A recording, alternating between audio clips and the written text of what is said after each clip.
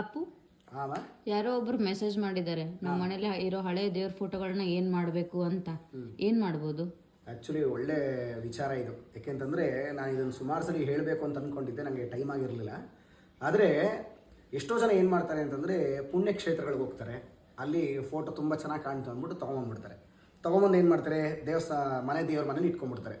ಮನೆಗೆ ಯಾರೊಬ್ಬರು ಹೆಣ್ಮಕ್ಳನ್ನ ಕರೀತಾರೆ, ಕುಂಕುಮಕ್ಕೆ ಅಕ್ಕಪಕ್ಕದವ್ರನ್ನ ಕರೆದಾಗ ಅವ್ರು ಏನು ಹೇಳ್ತಾರೆ, ಅಯ್ಯೋ ಅಮ್ಮ ನಿಮ್ಮ ಮನೆ ದೇವ್ರು ಇದು, ನಿಮ್ಮ ಮನೆ ದೇವ್ರು ಅದು, ನೀವು ಈ ಫೋಟೋ ಇಡಬಾರ್ದು ಅಂತ ಹೇಳ್ಬಿಡ್ತಾರೆ. ಇವ್ರಿಗೇನಾಗ್ಬಿಡುತ್ತೆ, ಹೆದರಿಕೆ ಆಗ್ಬಿಡುತ್ತೆ. ಓ ಈ ದೇವ್ರ ಫೋಟೋ ಇಟ್ಟೋದಕ್ಕೆ ನಮಗೇನೋ ತೊಂದರೆ ಆಗುತ್ತೆ ಅಂದ್ಬಿಟ್ಟು ನಿಮ್ಮ ಮನೆ ಅಕ್ಕಪಕ್ಕ ಇರೋ ದೇವಸ್ಥಾನ ತೊಗೊಂಡೋಗಿ ಇಟ್ಬಿಡೋದು, ಇಲ್ಲ ದೇವಸ್ಥಾನ ಕಾಂಪೌಂಡ್ ಹತ್ರ ಇಟ್ಬಿಡೋದು, ಇಲ್ಲ ಅರಳಿ ಮರದ ಹತ್ರ ಇಟ್ಬಿಡೋದು, ಇಲ್ಲ ಎಲ್ಲಿ ಅಂದ್ರೆ ಅಲ್ಲಿ ತೊಗೊಂಡೋಗಿ ಇಟ್ಬಿಡೋದು, ಈ ಥರದೆಲ್ಲ ಮಾಡ್ತಾರೆ. ದಯಮಾಡಿ ಇಂಥ ತಪ್ಪು ಯಾರೂ ಮಾಡೋಕ್ಕೆ ಹೋಗ್ಬೇಡಿ. ಯಾಕೆಂತಂದರೆ ನಾವು ಹಿಂದೂಗಳಾಗಿ ನಮ್ಮ ದೇವರಿಗೆ ನಾವು ಯಾವತ್ತೂ ಗೌರವವನ್ನು ಕೊಡಬೇಕು.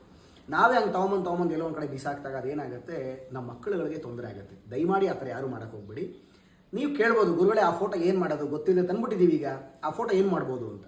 ನೀವೇನು ಮಾಡಿ, ಫಸ್ಟು ಆ ಫೋಟೋದಲ್ಲಿರೋಂಥ ಮೊಳೆಗಳನ್ನು ತೆಗೆದು ಅದರಿಂದ ಇರೋಂಥ ರಟ್ಟುಗಳನ್ನು ತೆಗೀರಿ, ಗಾಜುಗಳನ್ನು ತೆಗೆದುಬಿಟ್ಟು ಇದಿಷ್ಟನ್ನು ತೊಗೊಂಡೋಗಿ ಕಸ ತೊಗೊಂಡವ್ರಿಗೆ ನೀಟಾಗಿ ಕವರಲ್ಲಿ ಪ್ಯಾಕ್ ಮಾಡಿ ಅವ್ರಿಗೆ ಹೇಳ್ಬಿಟ್ಟು ಕೊಡಬೇಕು, ಇದರಲ್ಲಿ ಗಾಜಿದೆ, ಮೊಳೆ ಇದೆ, ಸ್ವಲ್ಪ ಹುಷಾರಾಗಿರಲಿ ಅಂದ್ಬಿಟ್ಟು ಅವ್ರಿಗೆ ಹೇಳ್ಬಿಟ್ಟು ಅದನ್ನು ಕೊಡಿ. ಅದ್ರ ಪೇಪರ್ ಇರುತ್ತಲ್ಲ, ದೇವ್ರದ್ದು ಫೋಟೋದು ಪೇಪರ್ ಇರುತ್ತಲ್ಲ, ಅದನ್ನು ಮಾತ್ರ ನೀಟಾಗಿ ಮಡಚಿ ನಿಮ್ಮ ಮನೆ ಅಕ್ಕಪಕ್ಕ ಎಲ್ಲರೂ ಜಾಗ ಇರುತ್ತಲ್ಲ ಅಲ್ಲಿ ಸ್ವಲ್ಪ ಹಳ್ಳವನ್ನು ತೆಗೆದು, ಕೆಳಗಡೆ ಭೂಮಿಲಿ ಹಳ್ಳ ತೆಗೆದುಬಿಟ್ಟು ಅದ್ರೊಳಗಡೆ ಆ ಫೋಟೋನ ಹಾಕ್ಬಿಟ್ಟು ಮುಚ್ಚಿಬಿಟ್ಟು ಒಂದು ಚುಮ್ಮಲ್ಲಿ ನೀರು ಹಾಕ್ಬಿಡಿ. ಅದು ಸಂಪೂರ್ಣವಾಗಿ ಕರಗೋಗ್ಬಿಡುತ್ತೆ. ಇದರಿಂದ ನಿಮಗೆ ಶಾಪಗಳು ಬರಲ್ಲ, ತೊಂದರೆಗಳು ಬರಲ್ಲ. ಅದರಿಂದ ದಯಮಾಡಿ ಇದನ್ನು ಎಲ್ಲರೂ ಮಾಡಬೇಕು. ದಯಮಾಡಿ ಯಾರೂ ಸಹ ಎಲ್ಲಿ ಅಂದರೆ ಅಲ್ಲಿ ತೊಗೊಂಡೋಗಿ ಫೋಟೋಗಳನ್ನು ಎಸಿಬೇಡಿ. ದಯಮಾಡಿ ನಮ್ಮ ಹಿಂದೂ ದೇವರುಗಳಿಗೆ ದಯಮಾಡಿ ನೀವೆಲ್ಲ ಗೌರವವನ್ನು ಕೊಡಿ. ಒಳ್ಳೆಯದಾಗಲಿ.